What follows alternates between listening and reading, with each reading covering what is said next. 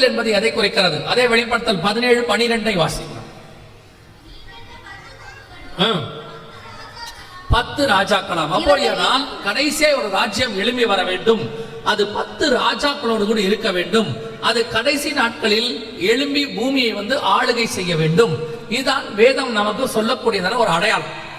பொதுவாக வேதாகமத்தில் நாம் 3 விதமான செய்திகளை பார்க்கிறோம். பரிசுத்த ஆவியானவர் வரும் பொழுது பாவத்தை குறித்தும் நீதியை குறித்தும் நியாய தீர்ப்பை குறித்தும் கண்டித்து உணர்த்துவார். வேத வாக்கியங்கள் எல்லாம் தேவ ஆவியானவராலே அருளப்பட்டது. அப்ப ஆவியானவர் வேத வாக்கியத்தை கொடுத்திருந்தா வேத வாக்கியங்கள் எல்லாம் இந்த 3 பகுதிக்குள்ளதான் இருக்கும். பாவத்தை குறித்து, நீதியை குறித்து, நியாய தீர்ப்பை குறித்து.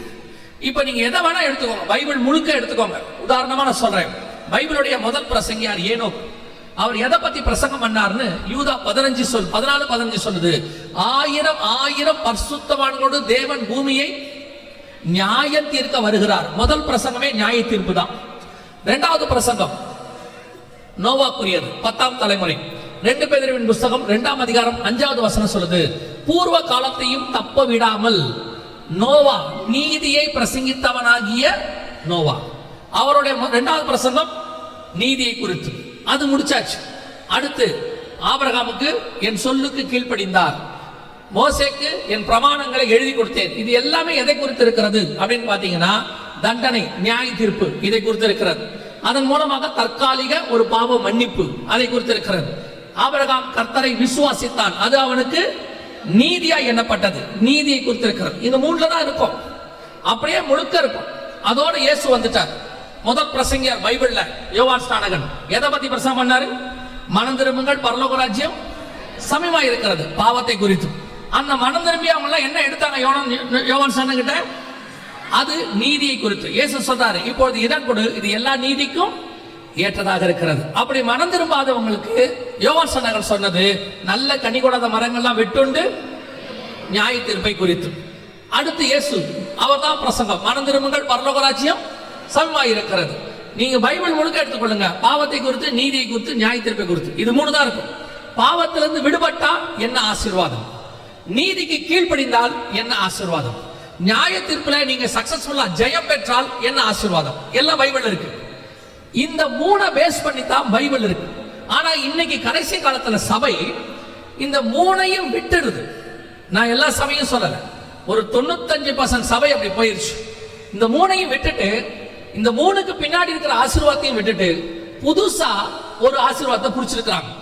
அதுதான் கிரேஸ், கிருபை, ஹைப்பர் கிரேஸ், சூப்பர் கிரேஸ் அப்படின்னு சொல்றாங்க. செழிப்பின் உபதேசம்.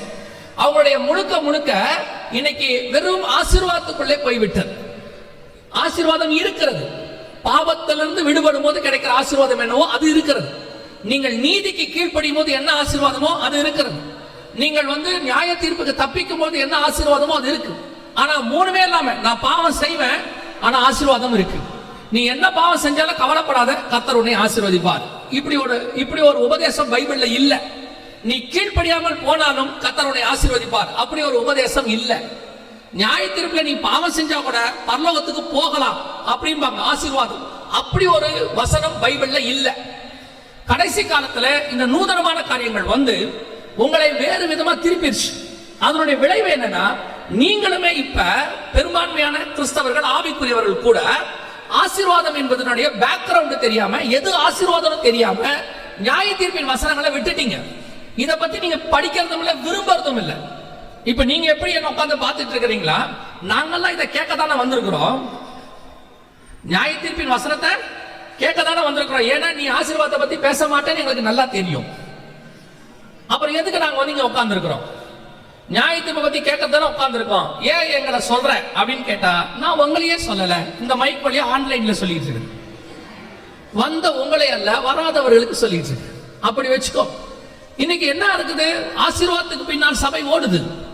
ஆசீர்வாதம் இல்லை என்று சொல்லவில்லை, அது கீழானதல்ல, மேலானது, மகிமையானது. இந்த பூமியில கிடைக்கிறதெல்லாம் என்னை பொறுத்த வரைக்கும் நம்முடைய தேவை, அதை பரலோகம் சந்திக்கிறது. நீங்க அந்த தேவையே ஆசீர்வாதமா பார்த்துட்டீங்க. அதனால என்ன ஆயிடுச்சுன்னா, மெய்யான ஆசீர்வாத பக்கம் போகாம விட்டுட்டீங்க. அதனுடைய விளைவு இப்ப நியாய தீர்ப்பு வரப்போகுது. இந்த நியாய தீர்ப்பு இப்ப யோசிச்சு பாருங்க. நோவா காலத்துல ஜலப்பிரளயம் வந்துச்சு. காயின் கட்டின கோட்டை, பட்டணம் அதனால ஏற்பட்டதான வளர்ச்சி எல்லாம் இருந்துச்சு. இப்போ நோவாவுடைய பேழைக்குள்ள இருக்கிறது ஆசீர்வாதமா, நோவாவின் பேழைக்கு வெளியே இருக்கிறது ஆசீர்வாதமா?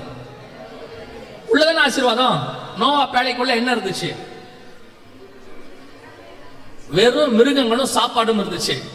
இப்போ உங்களை அப்படி விட்டா ஒத்துப்பீங்களா? வெறும் சாப்பாடோடையும் மிருகங்களோடையும் விட்டா நீங்க ஒத்துப்பீங்களா? இப்ப நீங்க என்ன நினைக்கிறீங்கன்னா, ஒரு மிருகத்தோடய வாழ்ந்துட்டு இருக்கிறேன், அதுவே கஷ்டமா இருக்கு இல்லையா? மிருகங்களோட விட்டா எப்படி அப்படின்னு நினைக்கிறீங்க இல்ல? சொல்றேன், ஒரு மிருகத்தோடையும் சாப்பாடோடையும் உங்களை விட்டுட்டா ஒத்துப்பீங்களா? ஆசீர்வாதம் தெரியுமா? இப்ப நோவாவுக்கு அதுதான் ஆசீர்வாதம். இல்லன்னா அழிஞ்சு போயிடுவார், செத்து போயிடுவார். அதே மாதிரி தான் உங்களுக்கும் எனக்கும் என்ன தேவையோ அதை பரலோகம் கொடுக்கும். அந்த தேவை தான் நம்முடைய ஆசீர்வாதம், அவ்வளவுதான். ஆனா மெய்யான ஆசீர்வாதம் இனி வருகிறதா இருக்கிறது. பரலோகத்தின் தேவனவைகளை நமக்கு வைத்திருக்கிறார். இங்க உங்களுக்கு என்ன தேவையோ அது எல்லாத்தையும் கொடுப்பாரு, வாட் எவர் இட் இஸ். இப்ப பாருங்க, நம்ம சபையை எடுத்துக்கோங்க. ஆரம்பத்துல ஒரு இடத்துல நம்ம ஆரம்பிக்கும் போது இவ்வளவு இன்ஃப்ராஸ்ட்ரக்சர் நமக்கு தேவைப்படல. 2 ஸ்பீக்கர், ஒரு மைக் இருந்தா போதும். அன்னைக்கு அதுதான் நமக்கு தேவை, அது ஆசீர்வாதமா இருந்துச்சு. இன்னைக்கு இவ்வளவும் தேவைப்படுது. இவ்வளவு இருந்தாதான் இவ்வளவு பேருக்கு பேச முடியும். இது ஆசீர்வாதம் இல்லை, தேவை. கர்த்தர் ஆசீர்வதிச்சிருக்கிறார், அவ்வளவுதான். நாளைக்கு இதை விட அதிகமாய் தேவைப்படும். அதை வாங்கறதுக்கு crores கூட செலவாகும். பரலோகத்தை பொறுத்த வரைக்கும் அது கோடியா லட்சமா அல்ல, தேவையா தேவையில்லையா, அவ்வளவுதான் முக்கியம். ஆனா உங்களுடைய என்னுடைய தேவை என்ன தெரியுமா? இந்த தேவை அல்ல, என்னுடைய தேவை என் ஆத்மாவுக்குரியதா இருக்கிறது, அது இனி வருகிறதா இருக்கிறது. இன்னைக்கு இதுல தான் உங்களை டைவர்ட் பண்ணிட்டாங்க. ஒரு உலக கூட்டம் உங்களை டைவர்ட் பண்ணிட்டு, நீ என்ன வேணாலும் கேளு, எது வேணாலும் கேளு, உனக்கு ஆண்டவர் தருவாரு அப்படிங்கிறாங்க. உங்களுக்கு என்ன தேவை என்பதை உங்கள் பரமபிதா முன்பே அறிந்திருக்கிறார். அவருக்கு தெரியாதா? உங்களுக்கு என்ன கலர் கொடுக்கணும்னு தெரிஞ்சவருக்கு என்ன கலர் கார் கொடுக்கணும்னு தெரியாதா? அவர்கிட்ட போய் என்ன கலர் கார் வேணும் நீங்க கேட்பீங்களா?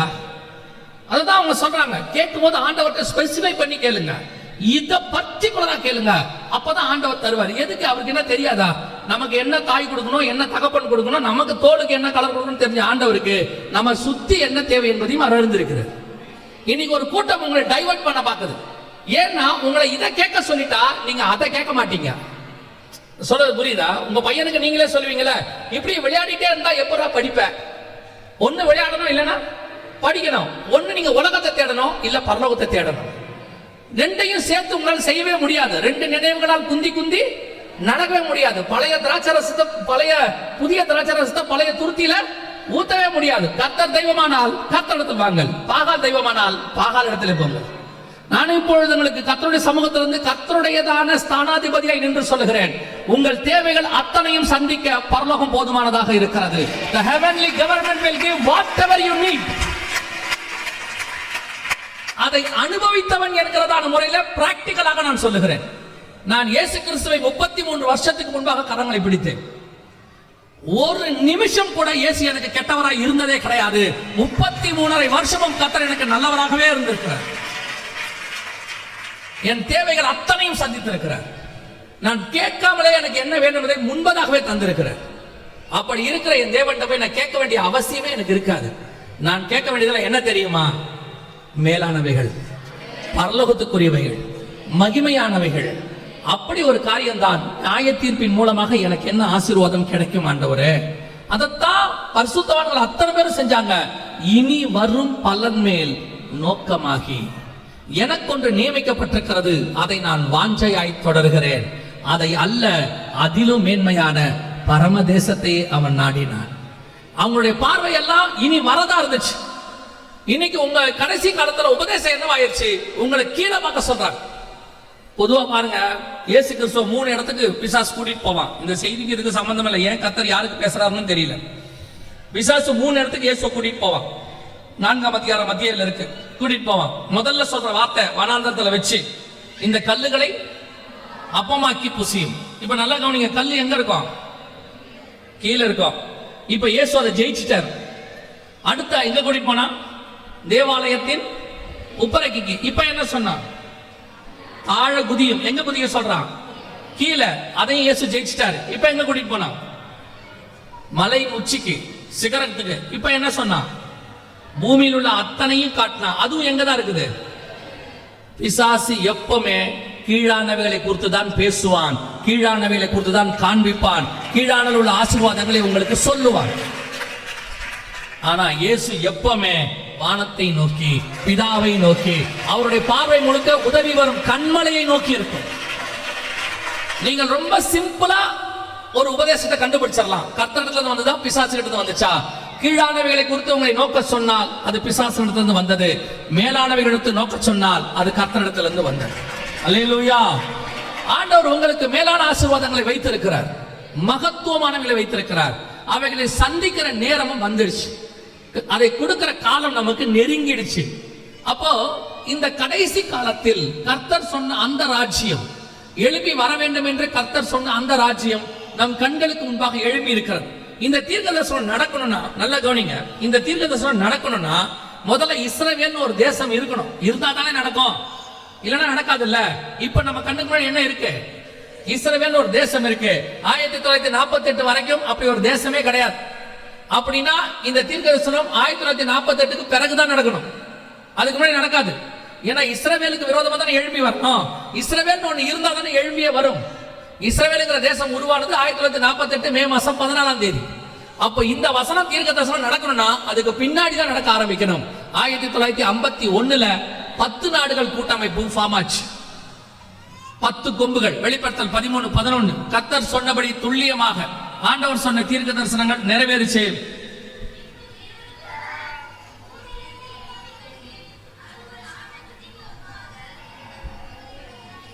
நல்லா கவனிங்க. பின்பு வேறொரு மிருகம் பூமியிலிருந்து எழும்ப கண்டேன். இல்ல, வெளிப்படுத்தல் 13:1. ஆண்டவர் சொன்னபடியே அந்த 10 கொம்புகளோடு கூட ஒரு ராஜ்யம் எழும்பி வந்துச்சு.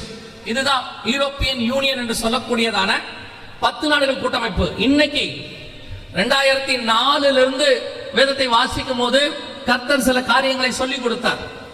இந்த ராஜ்யங்கள்லாம் எழும்புது, இதுதான் வேதத்துல சொன்னதுன்னு சொல்லி. அப்பொழுது இதை சிலர் பரியாசம் பண்ணினார்கள், ஒரு சிலர் இல்லை என்று சொன்னார்கள். அப்படி வாய்ப்பு இல்லை அப்படின்லாம் சொன்னாங்க. ஆனால் கொஞ்சம் கொஞ்சமாக கர்த்தர் சொன்ன வார்த்தைகள், தீர்க்க தரிசனங்கள் விவரிக்க ஆரம்பிச்சார், விஸ்தாரமாக. அதனுடைய விளைவாக ஒவ்வொரு காரியமும் நடக்க ஆரம்பித்தது. வேதத்தில் சொன்னது சொல்றேன், நாங்க சொன்னது இல்ல, நாங்கள் தீர்க்கதரிசியும் அல்ல, தீர்க்கதரிசியின் புத்திரனும் அல்ல. அந்த வேதத்தில் சொல்லப்பட்ட தீர்க்க தரிசனங்கள் ஒவ்வொன்றாக நடக்க ஆரம்பித்தது. ஆண்டவர் சொன்னபடி ஜனங்கள் மத்தியில் இருந்து ஒரு சாம்ராஜ்யம், 10 நாடுகள் கூட்டமைப்பு அப்படியே சொல்லி வச்ச மாதிரி துல்லியமாக எழும்பி வந்தது. இந்த ராஜ்யம் எழும்பி வருவதை குறித்து இன்னும் ஒரு இடத்துல ஆண்டவர் மிக தெளிவாக சொல்லுகிறார். வாசிங்கள், வெளிப்படுத்தின விசேஷம் 6ஆம் அதிகாரம் 2வது வசனத்தை வாசிங்கள். 6:2. யாராவது ஒருத்தர் பாக்குறீங்களா? வரிசையா எல்லாரும் பாக்குறாங்க.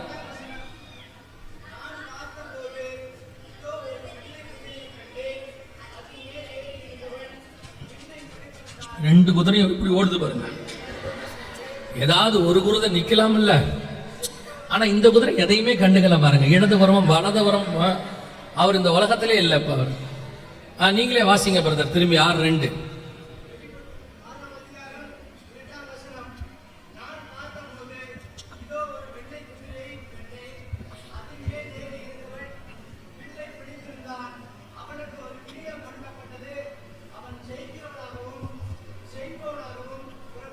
இது யாரை பத்தி சொல்லப்பட்டிருக்கு? அந்த கவர்மெண்ட் எழும்பி வரதை பத்தி சொல்லியிருக்கு. அதுதான் தானியேல் நம்ம வாசிக்கிறது. அதே தான் யோவேல் 1:6, அதுதான் வெளிப்படுத்தல் 13:11. ஒவ்வொரு இடத்துலையும் ஒவ்வொரு பார்ட்டா சொல்லி வச்சிருக்கிறார். இப்ப இந்த 6:1 6:2 சொல்லப்பட்டிருக்கிற இந்த காரியம் என்னவென்று சொன்னால், ஒரு வெள்ளை குதிரையை கண்டேன். குதிரைனா என்ன? நான் சொல்ல எழுதிக்கோங்க, நேரம் இருக்காது, நீங்க அப்ப வீட்டுல போய் படிச்சுக்கொள்ளுங்க. ஏன்னா உங்களை படிக்க சொன்ன வேற, நீங்க அத்தனை பேரும் போட்டி போட்டு நல்லா படிக்கிறீங்களா, சரியா கேட்க மாட்டேங்குது எனக்கு. அதனால யாரோ ஒருத்தர் மைக்ல வாசிச்சா நல்லா இருக்கும். கவனிங்க, 6:2 இது இருக்கு. இது எதை குறிக்குதுன்னா, அந்த குதிரை என்பது எதை குறிக்குதுன்னா, சகரியா 6:4-5 குதிரை என்பது கர்த்தருடைய ஆவி, கர்த்தர் அனுப்புகிறதான ஆவி. கர்த்தருடைய ஆவியில கர்த்தர் அனுப்புகிறதான ஆவி. ஏறக்குறைய 4 விதமான ஆவிகளை குறித்து அங்கே சொல்லப்பட்டிருக்கிறது. இது கடைசி காலத்தில் ஒரு எதிர்மறையான அரசாங்கம், ஆன்டி கிரைஸ்ட் கவர்மெண்ட் என்று சொல்வார்கள். அந்த ஆவி பூமியிலே கிரியை செய்ய தொடங்கும். ஆன்டி கிரைஸ்ட் கவர்மெண்ட் நல்லா தெரிஞ்சுக்கொள்ளுங்க. அந்தி கிறிஸ்து என்பது ஒரு மனுஷன் வருவான், ஆனால் அவன் மேல் அந்த ஆவி இறங்கின பிறகுதான் அவன் அந்தி கிறிஸ்துவாக வெளியே தெரிவான். இப்ப நீங்கள் நானும் இருக்கிறோம், நமக்குள்ள ஆவியாத்மா சரீரம் இருக்கு. ஆனா பரிசுத்த ஆவியானவர் வந்த பிறகுதான் நாம் ஆவிக்குரியவர்களாக மாறுகிறோம். அது வரைக்கும் ஆவிக்குரியவர்கள் என்ன செய்யல, மாறல.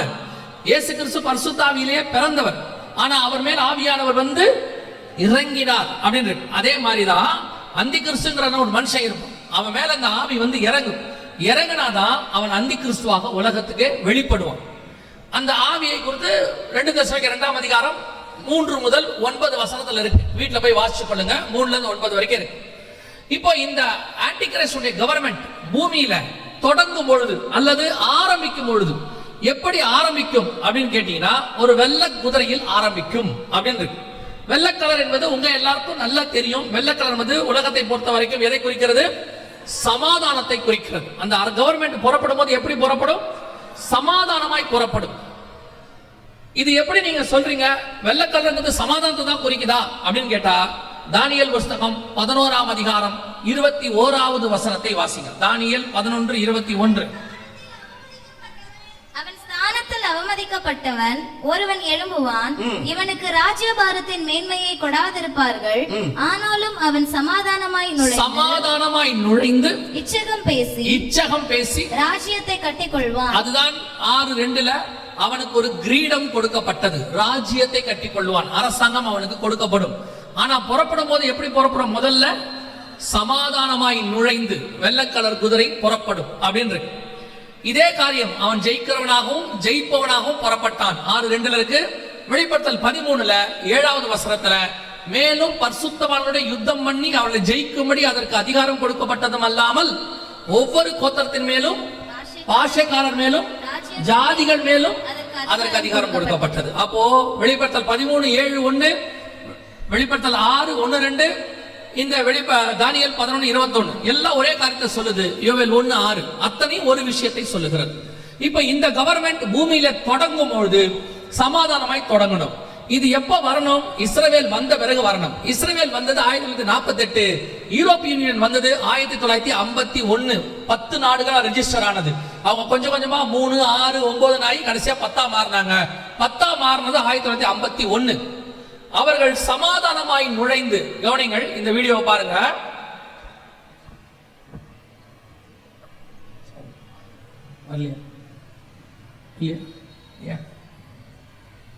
அடி வராது. சரி, நீங்கள் ஊமை படம் பாருங்க. அவர் என்ன சொல்றாரு அப்படின்னு கேட்டீங்கன்னா, கவனிங்க, அவர் இங்கிலீஷ்ல சொல்றாரு. நான் சொல்றேன் அவர் என்ன சொல்றாரு, நம்புங்க. இன்னும் கொஞ்சம் பேர், ஏன்னா நம்மள தோமா மூலியமா சுவிசேஷம் கேட்டு வந்தவங்க கொஞ்சம் சீக்கிரத்தில் நம்ப மாட்டோம் நம்மளால. அவர் என்ன சொல்றாருன்னா, 2012க்கான சமாதானத்துக்கான நோபல் பரிசு ஐரோப்பியன் யூனியனுக்கு வழங்கப்படுகிறது அப்படின்னு சொல்றாரு. 2012 the Nobel Prize awarded to European Union அப்படின்னு சொல்றாரு. இதுல என்ன ஆச்சரியம் கேட்டீங்கன்னா, இந்த சமாதானத்துக்கான நோபல் பரிசு இதுவரைக்கும் எந்த அரசாங்கத்துக்கும் கொடுக்கப்பட்டதே கிடையாது. இதுவரைக்கும் மனுஷனுக்கு தான் கொடுக்கப்பட்டிருக்கு. மனுஷனுக்கு மட்டும்தான் தருவாங்க. இதுவரைக்கும் எந்த அரசாங்கத்துக்கும் தரல. இதான் ஃபர்ஸ்ட் டைம் ஒரு அரசாங்கத்துக்கு சமாதானத்துக்கான நோபல் பரிசு கொடுக்கப்பட்டது.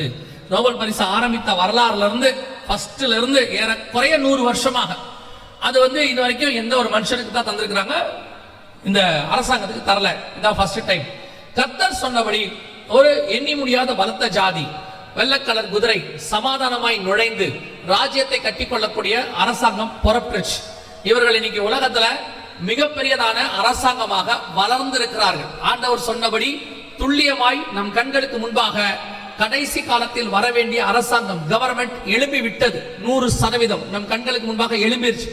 1951 ஆரம்பிச்சு 2012 சமாதானத்துக்கான நோபல் பரிசு வாங்கி இன்னைக்கு உலக வல்லரசாக இவர்கள் தான் மாறி, இதுல வரக்கூடிய கடைசி ராஜா தான் அந்தி கிறிஸ்து. அவன் வருவதற்கு முன்பதாகத்தான் உங்களையும் என்னையும் மீட்க வருவேன் என்று இயேசு வாக்கு பண்ணி இருக்கிறார். அல்லேலூயா. அந்த கிறிஸ்துவின் வருகை மிக சமீபம் சொல்றதுக்கு முன்னாடி இவங்க வரணும். இந்த அரசாங்கத்துல கடைசியா அந்தி கிறிஸ்து வரணும். லாஸ்ட் பர்சன், லாஸ்ட் கிங், அவன் வரதுக்கு முன்னாடி தான் ஆண்டவர் வரணும். இப்ப இந்த கவர்மெண்ட் வந்துருச்சு, நம்ம கண்களுக்கு முன்பாக எழும்பி இருக்கிறது. 10 நாடுகள் கூட்டமைப்பு, ஐரோப்பியன் யூனியன். வேதம் சொன்னபடி துல்லியமாய் தீர்க்க தரிசனம் நிறைவேறி விட்டது. இப்ப இந்த கவர்மெண்ட் தான் அது அப்படிங்கிறதுக்கான என்ன ப்ரூஃப் அப்படிங்கறதா நாம என்ன செய்ய போறோம் இப்பொழுது பார்க்க போகிறோம். கவனிங்கள், இந்த 10 நாடுகள் கூட்டமைப்பு இப்ப என்ன, இதான் யூரோப்பியன் யூனியன். நீங்க பாக்குறது இந்த 10 நாடுகள் யார் யாரெல்லாம் இருக்கிறாங்க அப்படின்னு நீங்க பார்க்கணும்னா இவங்க தான் அந்த 10 நாடுகள். இதுல இருக்கக்கூடியவங்க.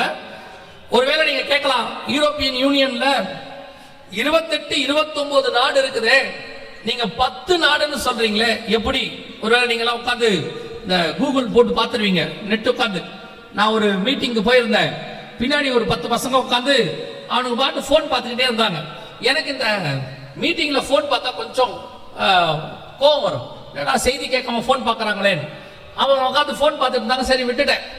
முடிஞ்ச பிறகு வந்தோடனே அந்த 10 பேரும் வந்தாங்க, நீங்க சொல்றதெல்லாம் கரெக்டா தான் இருக்குது அப்படின்னு.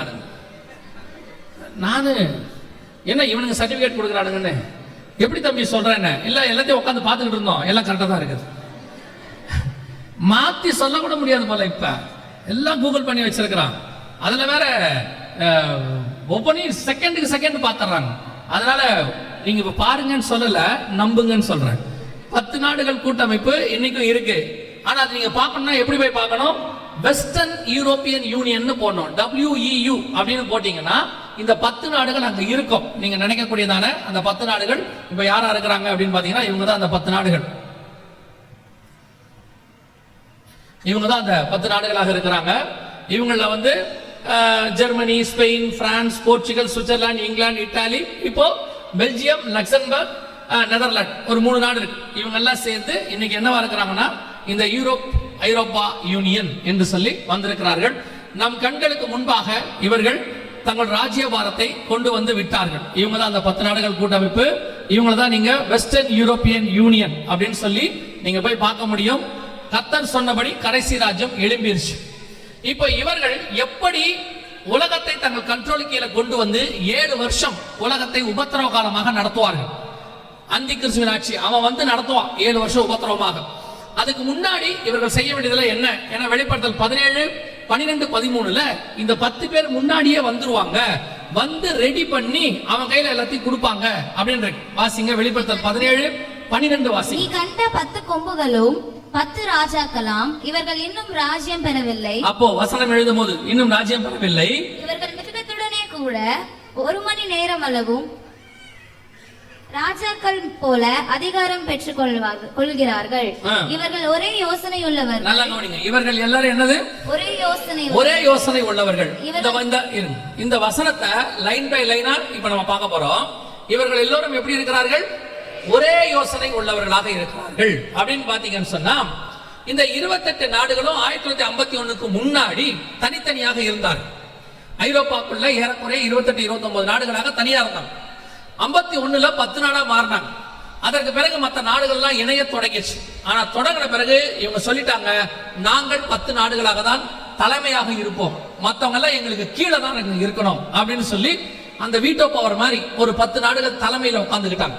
அவங்க தான் அந்த 10 நாடுகள். இதை பத்தியும் தானியேல் 2:41 முதல் 44 வசனத்தை நீங்கள் வாசிக்கும் போது, இவர்கள் மற்ற மனுஷரோட சம்பந்தம் கலப்பார்கள். 43ல இருக்கு, மற்ற மனுஷரோட சம்பந்தம் கலப்பார்கள், ஆகிலும் களிமண்ணோடு கூட இரும்பு கலவாதது போல இவர்கள் ஒருவரோடு ஒருவர் ஒட்டி கொள்ளாதிருப்பார்கள் அப்படின்னு இருக்கு. இவங்க 10 பேர் தனியா இருப்பாங்க, மத்த ஒரு 19 பேர் இவங்களோட சேர்ந்து இருக்கிறாங்க. அத்தனை பேரும் இணைஞ்சிருப்பாங்க, ஆனா இந்த 10 மட்டும் தனியாக இருக்கும். அதான் இவர்கள். ஆனால் இவர்கள் அத்தனை பேரும் ஒரே யோசனை உள்ளவர்கள். 2000ல அந்த ஒரே யோசனை உள்ளவர்கள் என்பதற்கான மிக முக்கியமான முன்னெடுப்பு நடந்துச்சு. 2001ல அது நடந்துச்சு. என்னன்னு கேட்டா, அந்த 29 நாடுகளுக்குள்ள 28 நாடுகளுக்குள்ள ஒரு கரன்சி கொண்டு வந்தாங்க. ஒன் கரன்சி அப்படின்னு கொண்டு வந்தாங்க. இந்த ஒன் கரன்சி அப்படின்னா என்ன அப்படின்னு கேட்டீங்கன்னு சொன்னா, 28 நாட்டுக்கும் ஒரே பணம் சாத்தியமே கிடையாது. இப்போ இந்தியாவும் ஸ்ரீலங்கா, பாகிஸ்தான் 3 பேரும் ரூபீஸ் அதான் யூஸ் பண்றோம். ஆனா இந்தியா ரூபீஸ் வேல்யூ ஜாஸ்தி. ஸ்ரீலங்கா நம்மளை விட 3.5 மடங்கு கீழே இருக்குது. பாகிஸ்தான் 1.5-2 மடங்கு கீழே இருக்கு. ஆனா 3மே ரூபீஸ் தான் பேரு. ஆனால் இது 3ஐயும் இணைக்கலாம்னு கேட்டா 3 நாடு ஒத்துக்காது. நாங்க எங்க கரன்சி என்ன பண்ணிக்கிறோம் வச்சுக்கிறோம்னு சொல்லுவாங்க. ஆனா இந்த 28 நாடுகளும் வெவ்வேறு நிலையில் இருந்தவங்க. ஒரு பிரான்ஸோட பிராங்க்னு சொல்லுவாங்க, அப்புறம் ஜெர்மனில வந்து மார்க்கும்பாங்க, இத்தாலியில ரூஃபுல்னு சொல்லுவாங்க, இவங்க எல்லாம் ஒவ்வொரு காலகட்டத்தில் இருந்தோம், வெவ்வேறு வேல்யூ. ஆனா இவங்க அத்தனை பேரும் சேர்ந்து ஒத்துக்கிட்டாங்க, நாங்க ஒரே வேல்யூவாக ஒரு பணத்தை உண்டாக்க ரெடியாக இருக்கிறோம் அப்படின்னு சொல்லி. அதான் 2001 நடந்துச்சு. இவர்கள் ஒரே யோசனை உள்ளவர்கள். இதை வந்து நீங்க கற்பனை கூட பண்ண முடியாது, கற்பனையே பண்ண முடியாது. இப்ப நம்ம மாநிலங்களுக்குள்ளேயே பாருங்க, எல்லாருக்கும் ஒரே காரியத்தை கொண்டு வருவதற்கு மத்திய அரசாங்கம் அவங்க என்னதான் முயற்சி பண்ணாலும் ஒவ்வொருத்தரும் ஒவ்வொரு விதமான கல்ச்சர்ல இருந்து வந்திருக்கிறோம், ஒவ்வொருத்தருக்கும் ஒவ்வொரு பேக்ரவுண்ட் இருக்கு. நம்மளால ஒன்னா இணைஞ்சு என்ன செய்ய முடியாது, பண்ண முடியாது, சாத்தியம் கிடையாது. ஆனா இவர்கள் அப்படி அல்ல, ஒரே யோசனை உள்ளவர்கள். 28 நாடு, 28 கல்ச்சர், 28 பாரம்பரியம், பின்புலம், மணி வேல்யூ, ஏற்ற காரியங்கள் எல்லாம் இருக்கு. இதுல சில காரியங்கள்லாம் எக்கானமியில பயங்கர ஸ்ட்ராங், சில நாடுகள் எக்கானமி ஒண்ணுமே கிடையாது. ஆனாலும் இவர்கள் ஒன்றாக இருப்பதற்கு ஒத்துக்கொண்டார்கள். ஒரே யோசனை உள்ளவர்கள், வேதம் சொன்னபடி இந்த ஒரே யோசனை உள்ளவர்கள் வந்துட்டாங்க. அது மட்டுமல்ல, இவங்களுக்குள்ள 28 நாட்டுக்கும் ஒரே எல்லை, பவுண்டரி. இப்ப பாருங்க, நம்ம வண்டி இருக்குது, தமிழ்நாடு வண்டி. கர்நாடகாக்குள்ளேயோ கேரளாக்குள்ளேயோ போனீங்கன்னா அங்க இருக்கிறவங்க நம்ம கொடுக்குற மரியாதையே வேற மாதிரி இருக்கும். தமிழ்நாடு வண்டியை பார்த்தா ஒரு மாதிரி போதனா மாதிரி தான் வருவாங்க. நம்ம பண்றது இல்ல அது. இங்க நான் நிறைய மாநிலங்களுக்கு போறதுனால சொல்றேன், அந்தந்த மாநிலத்துக்கு போனா அந்தந்த வாகனத்துக்குன்னு ஒரு தனி மரியாதை. அவங்க மத்தவங்களுக்கு ஒரு மரியாதை கொடுக்க மாட்டாங்க, யூசுவல். ஏன்னா நீ எங்க எல்லையை தாண்டி வராத. ஒரு ஆத்து தண்ணி ஒரு எல்லையை தாண்டி வரதுக்குள்ள அது படுற பாடு என்னன்னு உங்களுக்கு எனக்கும் தெரியும் இல்லையா? அதுவே தாண்டி வரதுக்கு எவ்வளவு கஷ்டப்படுது. 28 நாட்டுக்கும் ஒரே எல்லை, ஒரே பவுண்டரி. எங்கேயும் நிறுத்தி கேட்க மாட்டாங்க. நாங்க ஊழியத்துக்காக ஜெர்மனிக்கு போயிருந்த போது அடுத்து பிரான்ஸ்க்கு டென்மார்க் எல்லாம் போக வேண்டியிருந்தது. எந்த இடத்துக்கு போக போது எங்கேயும் நிறுத்தி அவங்க கேட்கவே இல்லை. வெளிநாட்டுக்காரங்களா இருந்தா ஒரு விசா தான், மொத்த ஐரோப்பாவுக்கும் ஒரே விசா, ஷெங்கன் விசா. எடுத்துட்டு நீங்க எங்க வேணாலும் டிராவல் பண்ணலாம். அதுவும் ஐரோப்பாக்காரங்களா இருந்தா விசா கூட கிடையாது, பாஸ்போர்ட் கையில இருந்தா போதும், they can travel. ஒரே எல்லை. இதெல்லாம் சாத்தியமான்னு யோசித்து பாருங்க. இது இந்த காலகட்டத்தில் அதுவும் சாத்தியமா? இவங்க எல்லாம் வெவ்வேறு மொழிக்காரங்க, பிரான்ஸ் பிரெஞ்சு பேசுறவங்க, இத்தாலிக்காரங்க லத்தீன் பேசுறவங்க, ஜெர்மனி வேற மொழி பேசுறவங்க. இவங்க அத்தனை பேரும் ஒரே பவுண்டரி, நாங்க ஒன்னா இருக்கிறோம்னு ஒத்துக்கிறாங்க. இது கேட்கறதுக்குன்னா ஈஸியா இருக்கும், நடக்கிறதுக்கு நடைமுறையில சாத்தியமே கிடையாது. ஆனா நடந்திருக்குது. இப்பவும் சொல்லுவேன், இந்த பூமியில மனுஷங்க ஒரு விஷயத்தை அக்செப்ட் பண்றாங்க, ஒரு விஷயத்தை எதிர்க்கிறாங்கன்னா அதுக்கு கர்த்தர் துணை இல்லாம நடக்காது. நான் சொல்றது புரியுதா? எப்படிங்க? கர்த்தர் தம்முடைய வார்த்தையை நிறைவேற்றறதுக்காக மனுஷனை எப்படி வேணாலும் திருப்புவார்.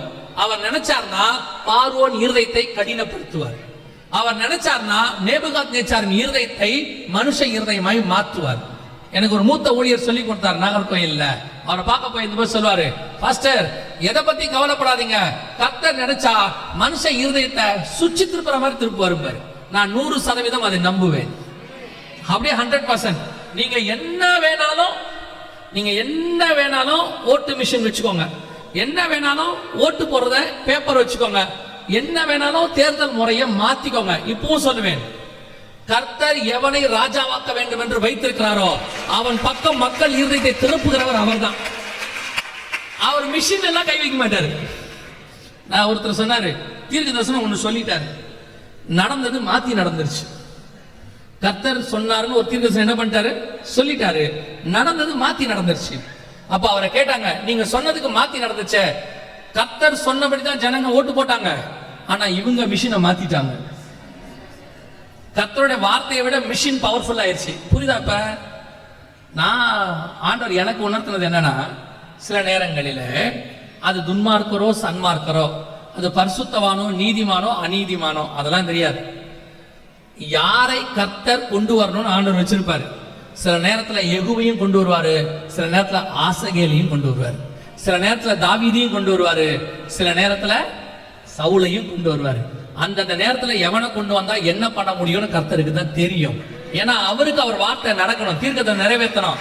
அதனால ஆண்டவர் எவனை வேணாலும் கொண்டாடுவார், அவர் கொண்டாந்துருவாரு. அப்படி கொண்டாடுறதுக்கு கர்த்தர் மிஷின்ல கை வைப்பாரா இல்ல ஓட்டு சீட்ல கை வைப்பாருன்னு எங்கேயும் கை வைக்க மாட்டாரு. அப்படி கொண்டு வருவதற்கு மனுஷங்க இருதயத்துல கை வைப்பாரு. அவர் போய் எவனுடைய இருதயம் ஏவராரோ அதன்படிதான் அவன் செய்வான். என்னை பொறுத்த வரைக்கும் நாம் எல்லாம் ஆர்டிபிஷியல் டெக்னாலஜி மனுஷங்க படைக்கும் போதே நமக்கு கட்டளை கொடுக்கிறவர் மேல ஒருத்தர் உட்கார்ந்து இருக்கிறார், அவர் சொல்றபடிதான் நடக்கும். அதனாலதான் நான் என்ன சொல்றேன்னா, நீங்க யார் வருவார்லாம் தீர்க்க தரிசனம் சொல்லாதீங்க, நீங்கள போய் கேட்கவும் கேட்காதீங்க. அடுத்த வருஷம் யார் வருவா வெயிட் பண்ணீங்கன்னா உங்களுக்கே தெரியும். இப்ப நீங்க கேட்டு என்ன பண்ண போறீங்க? சிலர்லாம் போய் சும்மாவே இருக்க மாட்டாங்க. அப்படியே ஒரு 6 மாசம் ஆனவுடனே ஏதோ ஒரு தீர்க்கதரிசியை போய் கேட்டு, என் வயிற்றில் ஆண்டவர் எனக்கு என்ன குழந்தை கொடுப்பார். நான் சொல்வேன் 4 மாசம் வெயிட் பண்ணா உங்களுக்கே தெரியும். இப்ப அதுக்கு முன்னாடி அர்ஜென்ட் என்ன பண்ண போறீங்க? அப்படியே உங்களுக்கு ஒரு குழந்தை கொடுக்கணும்னா அவரே சொல்லிட்டு போறாரு, உங்ககிட்டயே சொல்லிட்டு போறாரு. ரெபேக்காள்ட்ட சொன்ன மாதிரி இவங்க போய் கேட்க அவரு கண்ணை மூடி சுருக்கி பாக்குறாரு. 10 நிமிஷம் ஸ்கேன் சென்டர்ல பாக்குற மாதிரியே பாக்குறாரு. அப்படி ஒரு தீர்க்கதரிசி சொல்லிட்டாரு. அப்படியே கண்ணை மூடி சுருக்கி அப்புறம் கடைசியா சொன்னார், பிள்ளை குப்புறப்படுத்துறதுக்கு என்னன்னே தெரியலன்ட்டாரு. அப்படி ஒரு தீர்க்கதரிசனம் உங்களுக்கு தேவையா? தேவையில்லை தானே? அப்போ ஒரு தீர்க்கதரிசி எனக்கு பர்சனலா எனக்கு தெரிஞ்ச ஒருத்தர்கிட்ட சொல்லிட்டார், யோசேப்பை போல உனக்கு ஒரு ஆண் மகனை கர்த்தர் தருகிறார் அப்படின்ட்டு. பிறந்தது பெண். இப்ப அவரை போய் கேட்டாங்க, என்ன பிரதர் யோசேப்புன்னு சொன்னீங்க, குழந்தை பெண் குழந்தை பிறந்திருக்க, ஜோசபின்னு வச்சுக்கோ, ஜோசபின்னா மாத்தி அவ்வளவுதான் முடிஞ்சிருச்சுன்னார். இந்த மாதிரி தீர்க்க தரிசனம் உங்களுக்கு தேவைப்படாது. அந்த மாதிரி நல்ல தீர்க்க தரிசியை கெடுக்கிறது யாருன்னா நீங்க தான். சும்மா இருக்கிறவரை போய் சொரண்டாதீங்க. ஆண்டவர் என்னை பத்தி என்ன சொல்றாரு அப்படிலாம் கேட்காதீங்க. அதிரத்தின் காலத்தில் அவர் நேர்த்தியை செய்வார். உங்களுக்கு பர்சனலி ஒரு விஷயம் தேவைப்படுதுன்னா நான் சொல்றேன், இருக்கிறதுலயே பெஸ்ட் தீர்க்கதரிசி பரிசுத்த ஆவியானவர் உங்களுக்குள்ள இருக்கிறார். வரும் காரியங்களை குறித்து பேசுவார். இருக்கிறதுலயே பெஸ்ட் தீர்க்கதரிசன புஸ்தகம் உங்க கையில் இருக்கிற பரிசுத்த வேதாகமம். இத மாதிரி சமயத்துக்கு ஏற்ற வார்த்தையை கொடுக்கிற ஆண்டவர் உலகத்திலே யாரும் கிடையாது.